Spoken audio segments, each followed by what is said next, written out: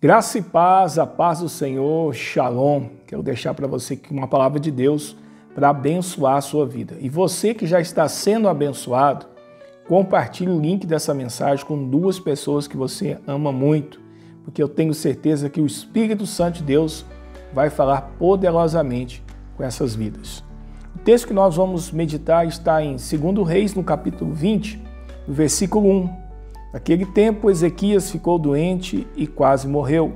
O profeta Isaías, filho de Amós, foi visitá-lo e disse: Assim diz o Senhor, põe em ordem a sua casa, pois você vai morrer e não se recuperará. Ezequias virou o rosto para a parede e orou ao Senhor: Lembra-te, Senhor, como tenho te servido com fidelidade e com devoção sincera. Tenho feito o que tu aprovas. E Ezequias chorou amargamente. Antes de Isaías deixar o pátio intermediário, a palavra do Senhor veio a ele: Volta e diga a Ezequias, líder do meu povo: Assim diz o Senhor, Deus de Davi, seu predecessor: Ouvi a sua oração e vi as suas lágrimas. Eu curarei, daqui a 3 dias você subirá ao templo do Senhor. Acrescentarei 15 anos à sua vida e livrarei você e essa cidade das mãos do rei da Síria. Defenderei essa cidade por causa de mim mesmo e meu servo Davi. Vamos orar ao Senhor. Amado Deus, soberano Pai, Senhor, unge a Tua palavra e fale conosco em nome de Jesus. Amados, que texto maravilhoso é este. A palavra do Senhor diz que Ezequias agora ele está numa situação que ele precisava realmente do favor de Deus, um favor extraordinário de Deus. Mas agora vem o profeta e diz para o rei Ezequias colocar em ordem a sua casa, que ele vai morrer. A situação já não era boa, ele já encontrava com uma doença, e uma doença mortal que levaria ele até a morte. E agora vem Deus enviando um profeta, quem sabe um sinal de esperança, de mudança para o rei Ezequias, mas esse profeta traz para ele agora o quê? Uma correção, uma instrução, uma direção. O profeta agora ele traz um decreto de Deus para a vida do rei Ezequias. E o decreto que o profeta Isaías disse, ele somente falou e saiu. Imagina agora como ficou o rei Ezequias. Esta casa não era o seu reinado, não era o seu palácio, não era aquilo que estava diante das suas mãos, mas era a sua própria vida. É muito interessante a gente ver como Deus ele trata cada situação de uma maneira diferente. Ele já estava para morrer e o Senhor ainda manda um recado para ele colocar a sua vida em ordem, colocar aquilo que estava fora do propósito na direção correta. Infelizmente, muitas pessoas, elas perdem a rota, elas perdem a direção de Deus.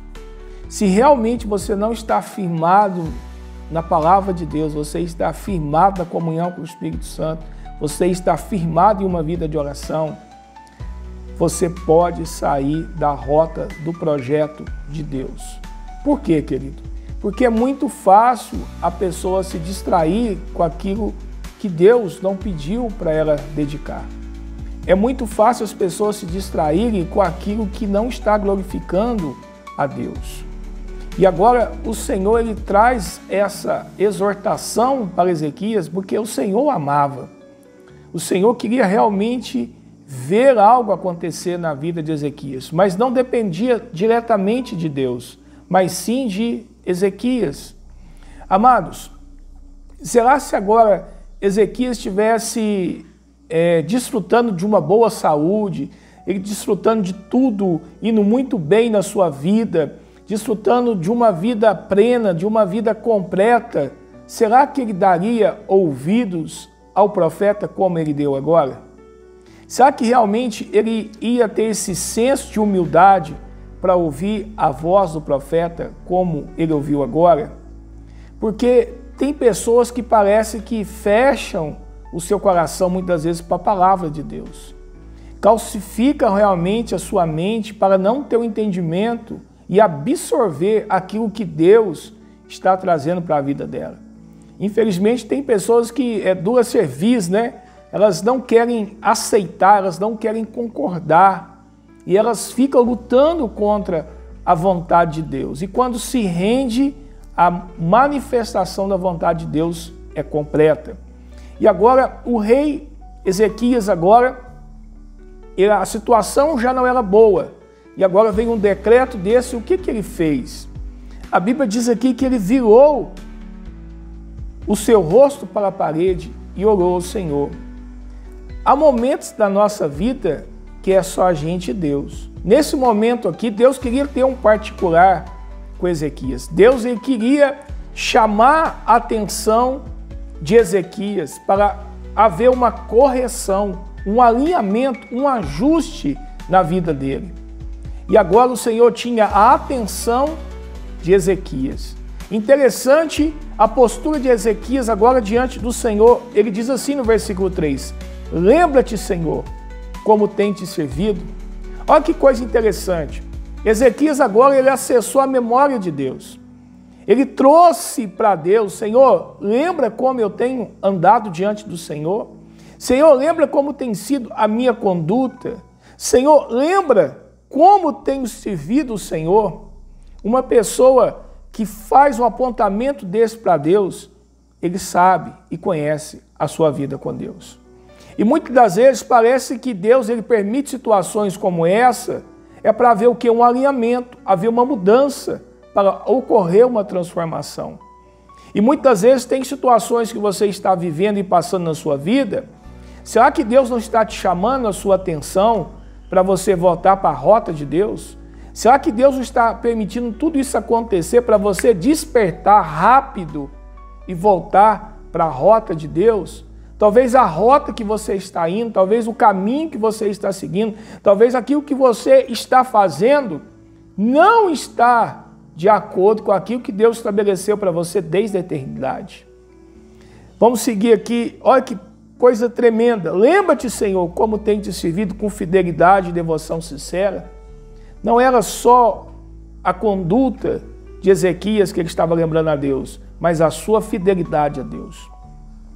Nós precisamos ter uma conduta reta diante do Senhor, sim, mas caminhar em fidelidade e obediência sincera. Isso faz total diferença na vida de um cristão. Isso faz total diferença na vida de quem serve ao Senhor. Então, querido, não é só andar com Deus, não é só viver para Deus, mas realmente estar na rota de Deus, no caminho que o Senhor já preparou para nós. O próprio Moisés diz, Senhor, me revela os teus caminhos. Então, entenda uma coisa, é muito importante você fazer essa reflexão da sua vida. Aonde você está hoje? Você está no centro da vontade de Deus? Você realmente está na rota de Deus? Ou você se afastou, você se distanciou dos caminhos da presença do Senhor e fala, um dia eu vou voltar, um dia Deus conhece o meu coração, Deus sabe todas as coisas, realmente Ele sabe, querido. Mas o tempo quem determina é Deus. A gente não pode colocar para Deus assim, um dia eu vou voltar para a presença de Deus, um dia eu vou voltar a servir a Deus, um dia eu vou mudar de vida, um dia eu vou deixar de fazer isso para servir a Deus. Querido, o tempo pertence a Deus, não pertence a nós.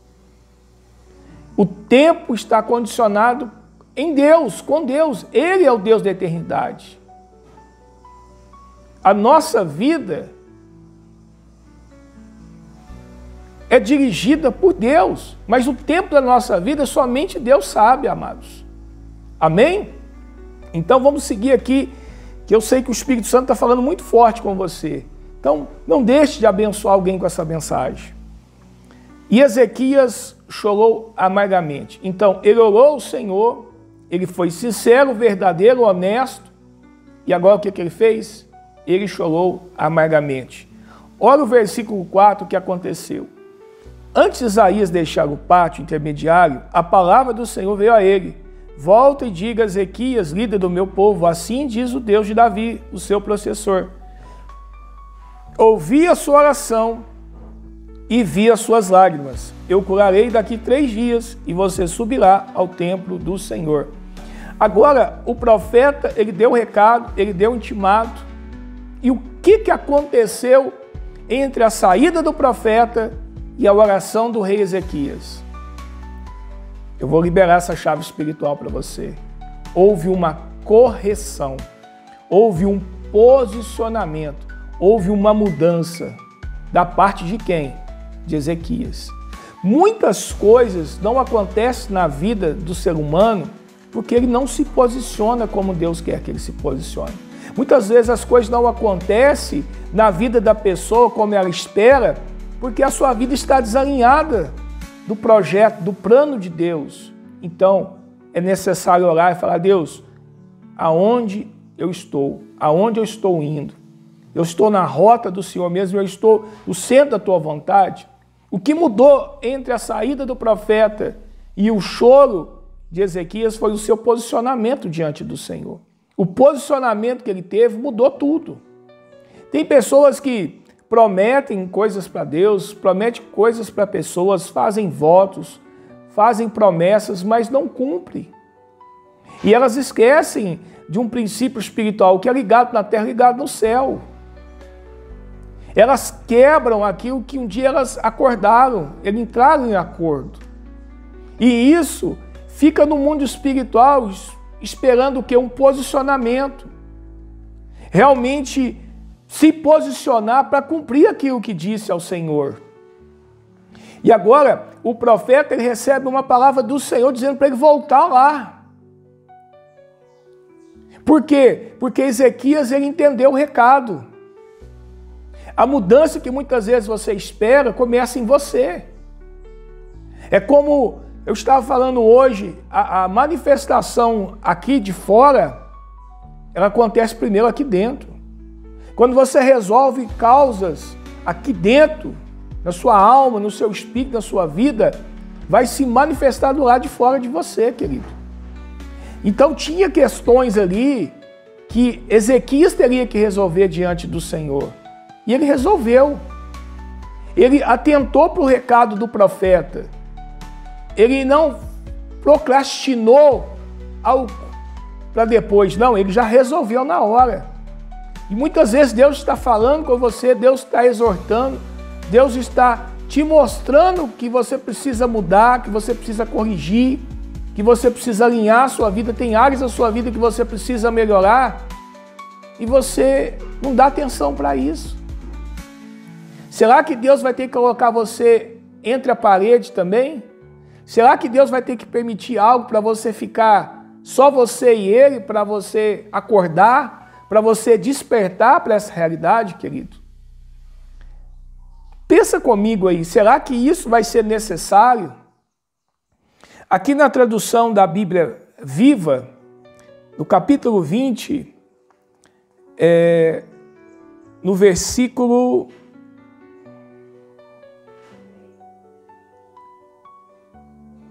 No versículo 2 diz assim: assim diz o Senhor, ponha seus negócios em ordem e prepara para morrer. Você não vai sarar dessa doença. Aqui a casa, aqui negócios.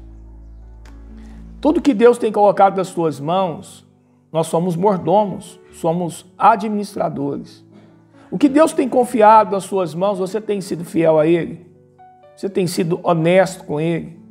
Você realmente tem sido um mordomo, exemplo? Os negócios que você tem cuidado com amor, com zelo, com excelência, você tem feito para Deus? Porque o Senhor, Ele vai nos dando, o Senhor vai confiando em nós, mas a gente nunca pode esquecer que tudo é dele, tudo pertence a Ele, tudo vem dele, querido. E quantas pessoas se perdem, saem da rota de Deus, porque começam a dar mais valor à bênção do que o abençoador. Será que aconteceu algo na vida de Ezequias que ele estava valorizando mais do que o próprio Deus, do que a presença de Deus?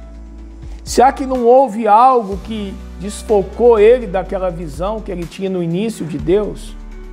E Deus agora teve que intervir para não perder ele? Será que você não está passando o mesmo também? Será que você não tem que voltar pela rota do Espírito Santo para ele te levar ao centro da vontade de Deus, amados?